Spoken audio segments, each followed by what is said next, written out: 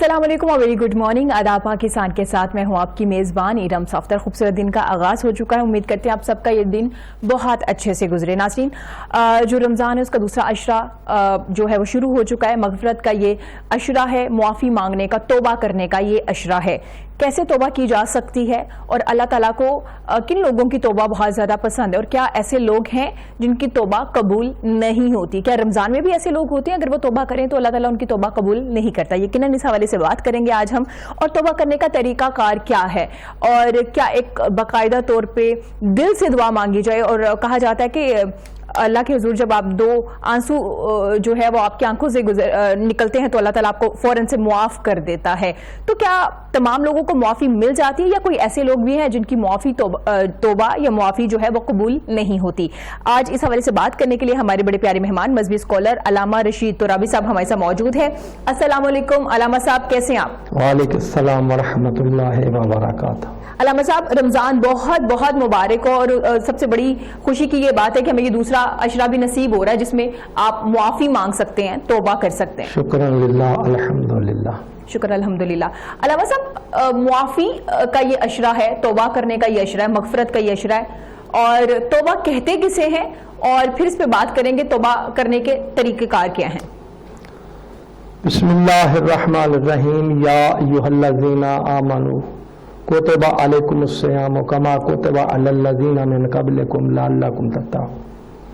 ارشاد خداوندی ہے کہ ہم نے تم پر روزے فرض کیے ہیں، صرف تم پر نہیں بلکہ تم سے پہلے جو گزرے ان پر بھی روزے فرض تھے، تاکہ تم تقوی خداوندی حاصل کرو، تقاضۂ خداوندی پورا کرو. آج جس مقام پر ہم بیٹھے ہوئے ہیں، آج 14 رمضان المبارک کا دن ہے، اور اسی کے بارے میں پہلے میں ایک حدیث سنا دوں اپنے ناظرین کے لیے کہ حدیث پاک ہے متفق علیہ. جس بندے نے آج روزہ رکھا احکام شریعہ کے مطابق، حکم خداوندی کے مطابق، اور شام تک اس روزے کو انہی شرائط کے ساتھ پورا کیا جس کی شریعت تقاضا کرتی ہے، تو وہ گویا اپنے آپ کو یہ سمجھے کہ آج میں نے حضرت آدم علیہ السلام، حضرت نوح علیہ السلام، حضرت ابراہیم خلیل اللہ علیہ السلام، حضرت موسیٰ، حضرت عیسیٰ، حضرت داؤد، حضرت یحییٰ کے ساتھ ملاقات کی ہے اور مصافحہ کیا ہے. اور پھر یہ لکھا ہے کہ جو آج کا دن روزہ رکھ کر وہ اپنے آپ کو یہ سمجھے کہ اس نے ان انبیاء کی معیت میں ان انبیاء کے ساتھ مل کر 2000 سال تک اللہ کی عبادت کی ہے.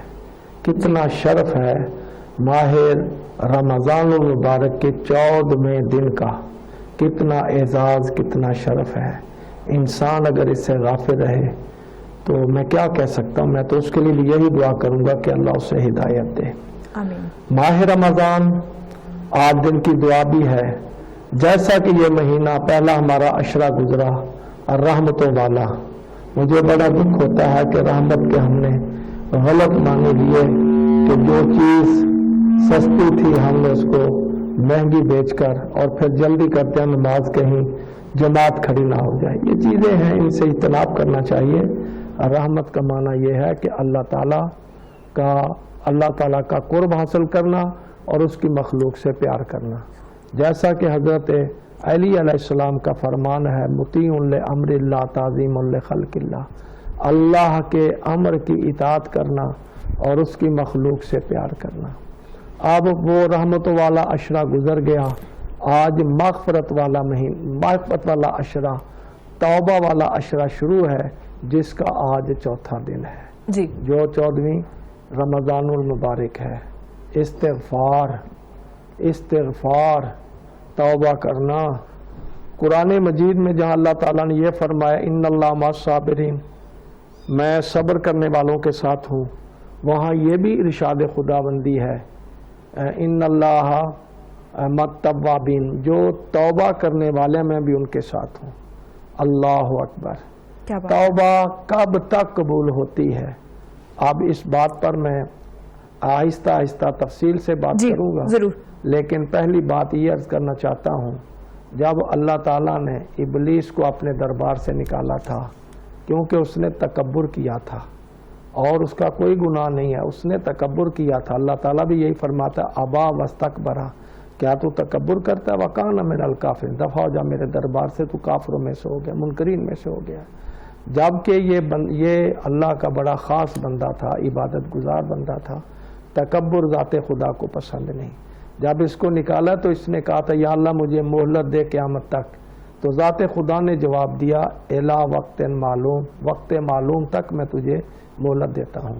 پھر یہاں پر یہ کیا کہتا ہے کہ میرے اللہ میں تیرے بندوں کو صراط مستقیم پر بیٹھ جاؤں گا، آگے سے پیچھے سے دائیں بائیں سے ان کو گمراہ کروں گا۔ کہا جو میرے بندے ہوں گے وہ تیری گمراہی میں نہیں آئیں گے، جو میرے الا المخلصون، جو میرے مخلص بندے خلوص والے ہوں گے وہ تیری باتوں میں نہیں آئیں گے۔ کیسے تو گمراہ کرے گا؟ کہا میرے اللہ جب تو نے مجھے وقت معلوم تک زندگی دے دی ہے، میں نے گمراہ کرنا، میں آخری سانس تک کر ان کو گمراہ کروں گا۔ اور یہ حدیث پاک میں آتا ہے متفق علیہ، تمام اہل اسلام کے ہاں یہ حدیث متفق علیہ ہے۔ اللہ تعالیٰ فرماتا ہے وہ جب بھی توبہ کرے گا میں اس کی توبہ قبول کروں گا، جس وقت بھی کرے گا۔ پھر وہ کہتا ہے میرے اللہ میں بچپنے میں گمراہ کروں گا، کہا میں بچپنے کے تو 9 سال 13 سال 15 سال تک میں اس کے گناہ ہی نہیں لکھوں گا، میں جوانی میں گمراہ کروں گا، کہا جب بھی میرا بندہ توبہ کرے گا میں اس کی توبہ قبول کروں گا۔ میں بزرگی میں کروں گا گمراہ، کہا تو بزرگی میں بھی کر کے دیکھ لے، وہاں بھی میری رحمت میری توبہ اس کے ساتھ ہے۔ وہ ایک دفعہ سچے دل سے معافی مانگ لے، میرے اللہ مجھ سے غلطی ہو گئی ہے، یا اللہ میں بھٹک گیا تھا، میری توبہ قبول کر لے، میں ایسا کام نہیں کروں گا۔ کہا میں پھر اس کی توبہ قبول کروں گا۔ اسی طرح چلتے چلتے یہاں تک حدیث سے معتبرہ ہے کہ جب عالم نزاع میں ہوگا، کہا میرے اللہ میں اس وقت اس کو گمراہ کروں گا۔ یہاں بڑی روایات ہیں گمراہی کے لیے کہ مومن کو مرتے وقت پیاس کا شدت کا غلبہ ہوتا ہے اور حاجت ہوتی ہے، تو وہ کہتا ہے اس چیز کا انکار کر دے میں تجھے پانی پلاتا ہوں۔ کہا میرے بندے تیری گمراہی میں نہیں آئیں گے، اگر آخری سانس تک وہ بندہ سچے دل سے میری توبہ کر لے اپنے سچے دل سے، تو میں اس کی توبہ کو قبول کروں گا۔ اللہ کتنا رحمان ہے، کتنا رحیم ہے، کتنا بخشنے والا ہے، کتنا کریم ہے کہ اے بندہ، اے انسان، اللہ نے تو تجھے آخری سانس تک مہلت دی ہے کہ آخری سانس میں بھی ساری زندگی تو گمراہی میں گزرا ہے، آخری وقت بھی تو اپنے مال کے حقیقی، اپنے خالق کے حقیقی، اپنے معبود حقیقی، اپنے مسجود حقیقی کو پہچان لے اور اس کی بارگاہ میں لبیک کہہ دے میرے اللہ میں بھٹک گیا تھا مجھے معاف فرما، تو میں پھر بھی اس کی توبہ قبول کروں گا۔ یہ توبہ کے بارے میں باقاعدہ باب ہیں، توبہ کے بارے میں باقاعدہ باب باندھے گئے ہیں کہ اس طرح توبہ کی جاتی ہے، اس طرح کی جاتی ہے۔ اب جیسے جیسے آپ سوال کریں گے میں جواب دیتا رہوں۔ بالکل درست فرمایا علامہ صاحب آپ نے کہ اللہ تعالیٰ معاف کرنے والا ہے آخری سانس تک، جب تک آپ کی سانس چل رہی ہے اگر آپ معافی مانگتے ہیں وہ بے شک رحیم ہے، کریم ہے، وہ معاف کرنے والا ہے، وہ بہت جلدی آپ کو معاف کر دیتا ہے۔ علامہ صاحب گناہوں کی اگر بات کی جائے تو گناہ صغیرہ اور کبیرہ کے حوالے سے ہمیشہ بات کی جاتی ہے، میں چاہوں گی آپ تھوڑا سا ان کو ایکسپلین کر دیجئے، گناہ صغیرہ کون سے ہوتے ہیں اور کبیرہ کون سے ہوتے ہیں، اور کیا دونوں یہ جو گناہ ہے ان کی معافی ہے؟ اس میں کوئی شک نہیں کہ دونوں گناہوں کی معافی ہے، جی، گناہ صغیرہ ہوں یا گناہ کبیرہ ہوں۔ اگر گناہ کبیرہ سے انسان توبہ طیب ہو جائے تو صغیرہ ذات خدا خود معاف کر دیتی ہے۔ کیا بات! اللہ تعالیٰ نے قرآن میں بھی اسم کبیر کے نام سے کہا گیا ہے کہ یہ اسم کبیر ہے، گناہ کبیرہ ہے، وہ گناہ کبیرہ جو بہت بڑے ہیں۔ اللہ اکبر! اے انسان، اگر تو سچے دل سے ان کی بھی توبہ کرے گا، معافی مانگے گا، تو اللہ آپ کی مغفرت فرمائے گا۔ کوئی ایسی بات نہیں ہے، ایک حدیث ہے کہ ایک آدمی تھا خانہ کعبہ سے لپٹا ہوا اور رو رو کر دعائیں مانگتا، یا اللہ میں نے ایسا گناہ کیا ہے کہ اگر سارے انبیاء بھی میری سفارش کریں پھر بھی تو مجھے معاف نہیں کرے گا۔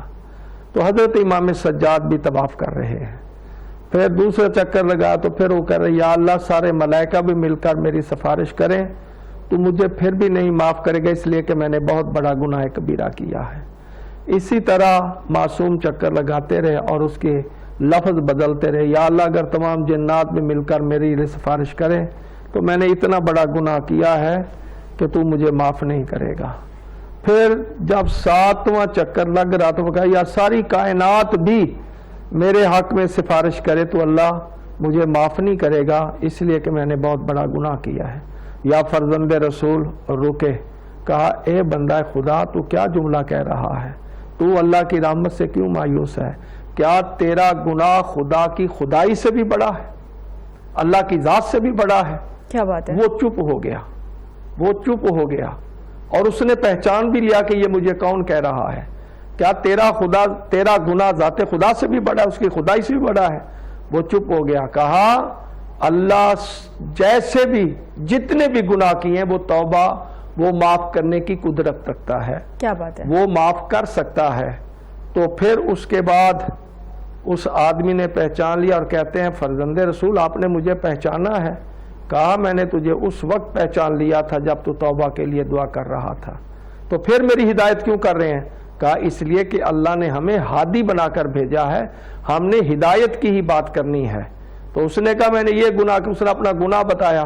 کہا اگر تو اس کے بعد سچے دل سے توبہ طائب رہے گا تو اللہ معاف کر دے گا۔ کیا بات ہے؟ واہ سبحان اللہ۔ بتا دوں وہ سوال کیا تھا؟ اس نے کہا میں قتل حسین میں شریک تھا۔ تو فرزند حسین کہہ رہا ہے کہ اگر تو یہ کام کرے گا تو اللہ تجھے بھی معاف کر دے گا۔ کیا بات ہے؟ اب یہاں پر سوال کیا اے فرزند رسول یہ آپ نے کیوں کہہ دیا؟ کہا ہادی کا کام ہے مرتے دم تک ہدایت کرنا، مجھے یقین ہے کہ یہ شرف اور یہ چیز اللہ نے اس سے سلب کر لیا جب اس نے یہ گناہ کیا تھا۔ یہ صرف لوگوں کو بتانے کے لیے شور ڈال رہا ہے، ہم نے ہدایت کرنی ہے، مغفرت۔ یہاں تک حدیث معتبرہ میں ہے کہ جتنے گناہگاروں کو اللہ نے اپنے رحمت والے عشرے میں معاف کیا بخشا، کہتے ہیں جب 11ویں سحری وہ کھاتا ہے اور 11ویں سحری رکھ کر وہ افطار کرتا ہے تو 10 دنوں میں جتنے لوگوں کو گناہگاروں کو اللہ تعالیٰ نے معاف کیا تھا بخشا تھا اپنی رحمت سے ڈھانپ لیا تھا، وہ 10 دن کے گناہگار ایک طرف، جب 11ویں دن کا روزہ رکھے گا دوسرے عشرے میں جائے گا، جو 11ویں دن کا روزہ رکھ کر شام کو افطاری کرتا ہے تو اللہ تعالیٰ جتنے گناہگاروں کو صبح و شام ہر وقت 10 دنوں میں بخشا تھا اتنے گناہگاروں کو اللہ 11ویں رمضان المبارک کو بخش دیتا ہے۔ سبحان اللہ، کتنی عظمت ہے ذات خدا۔ اس لیے کہ یہ حدیث بالکل صحیح ہے کہ اللہ 70 ماؤں سے بھی زیادہ پیار کرتا ہے۔ بچہ جیسا بھی ہو، اچھا ہو برا ہو، ماں کی آنکھوں کا نور ہوتا ہے، بے شک ماں کی آنکھوں کا سرور ہوتا ہے، ماں پھر بھی معاف کر دیتی ہے۔ تو یہ ماں کی ممتا کی وجہ سے بتایا گیا نا کہ اگر کسی نے اللہ کا پیار دیکھنا ہو، شفقت دیکھنی ہو، مہربانی دیکھنی ہو، الفت دیکھنی ہو تو وہ ماں کی محبت دیکھ لے، ماں کی ممتا دیکھ لے۔ ماں کو نہیں پتا تھا یہ بچہ میرے شکم میں کیسا ہے، کس صورت کا ہے، نر ہے مادہ، یہ کوئی پتہ نہیں تھا بس۔ لیکن وہ جو ہمارا حقیقی خالق ہے، مالک ہے، ہمارا معبود ہے، اللہ ہے، ہمیں بنانے والا ہے، ہمارا سانے ہے، وہ تو اس سے بھی زیادہ پیار کرنے والا ہے، اس لیے کہ ہم مخلوق اللہ کی ہیں، ہم صنعت اللہ کی ہیں، وہ ہمارا سانے ہے، وہی ہمیں انسان بنانے والا ہے، وہی اتنا کریم ہے کہ اے انسان تو کتنا خوش قسمت ہے کہ اللہ نے تجھے انسان بنایا، انسان بنایا، آدمی بنایا۔ اللہ نے تجھے اور مخلوق میں خلق نہیں کیا۔ تو نا شکرانہ بن، اپنے مالک حقیقی کو پہچان، اپنی ساخت کو پہچان، اپنے آپ کو پہچان۔ اس لیے مولا مومنان لنگر زمین و آسمان علی ابن ابی طالب کا فرمان ہے من عرف نفسہ فقد عرف ربہ، جس نے اپنے نفس کو پہچان لیا اس نے اپنے رب کو پہچان لیا۔ تو اتنا بے بس ہے کہ تیرے جسم سے کوئی چیز کٹ جائے یا مفلوج ہو جائے تو اس کو ٹھیک کرنے کی قدرت نہیں رکھتا، یہ چیز اس مالک حقیقی نے بتائی ہے۔ یہ اس لیے تکلیفیں بھی تجھے اس لیے آتی ہے کہ تو اپنے آپ کو پہچان کہ کہیں غلط راستے پر تو نہیں چل رہا، سیدھے راستے پر چلے گا تو اللہ کو اپنے قریب پائے گا۔ بے شک بے شک، سیدھے راستے پہ چلے گا تو اللہ کو اپنے بالکل قریب پائے گا۔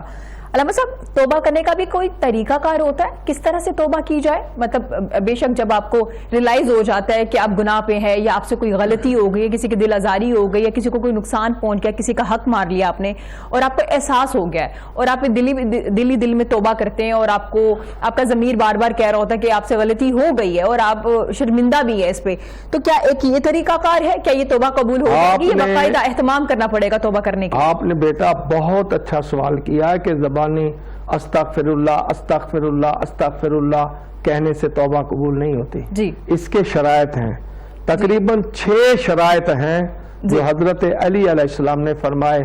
ایک گروہ کے قریب سے گزرے جو یہی تسبیح کر رہے تھے, استغفر اللہ ربی من کل ذنب واتوب الیہ, استغفر اللہ ربی من کل ذنب واتوب الیہ, استغفر اللہ ربی من کل ذنب واتوب الیہ, یہ تسبیح کر رہے تھے. جی. امام رک کر کہتے ہیں بھائی کیا کر رہے ہیں؟ جی توبہ کر رہے ہیں, اللہ توبہ کرنے والوں کے ساتھ ہوتا ہے, پیار کرتا ہے.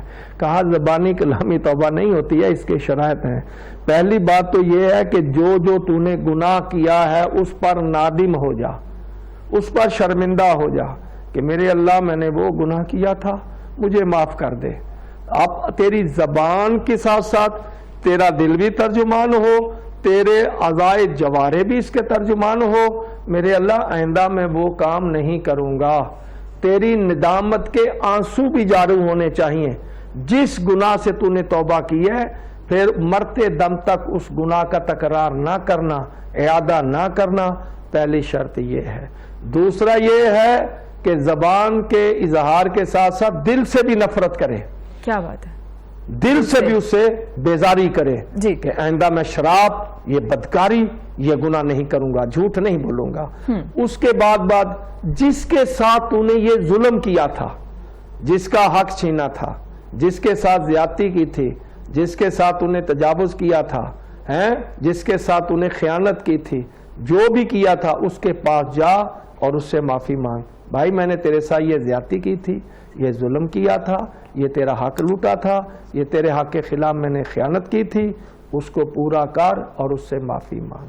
تیسرا یہ ہے کہ آئندہ سے تو یہ مصمم ارادہ کر لے کہ جب تک زندہ رہوں گا یہ کام میں نہیں کروں گا.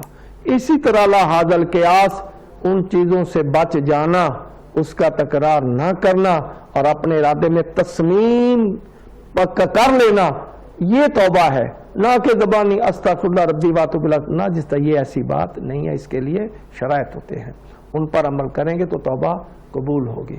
شراب ہے, شراب ایک اتنی منحوس گناہ کبیرہ ہے, اسم کبیر ہے کہ اگر اس نیت سے کوئی اس کو انگور کو بوتا ہے کہ میں نے شراب بنانی ہے, اس کا بونا بھی حرام.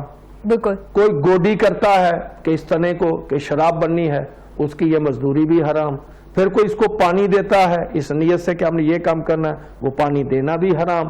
اسی طرح وہ پودا پروان چڑھاتا ہے, اس کا یہ چڑھانا بھی حرام.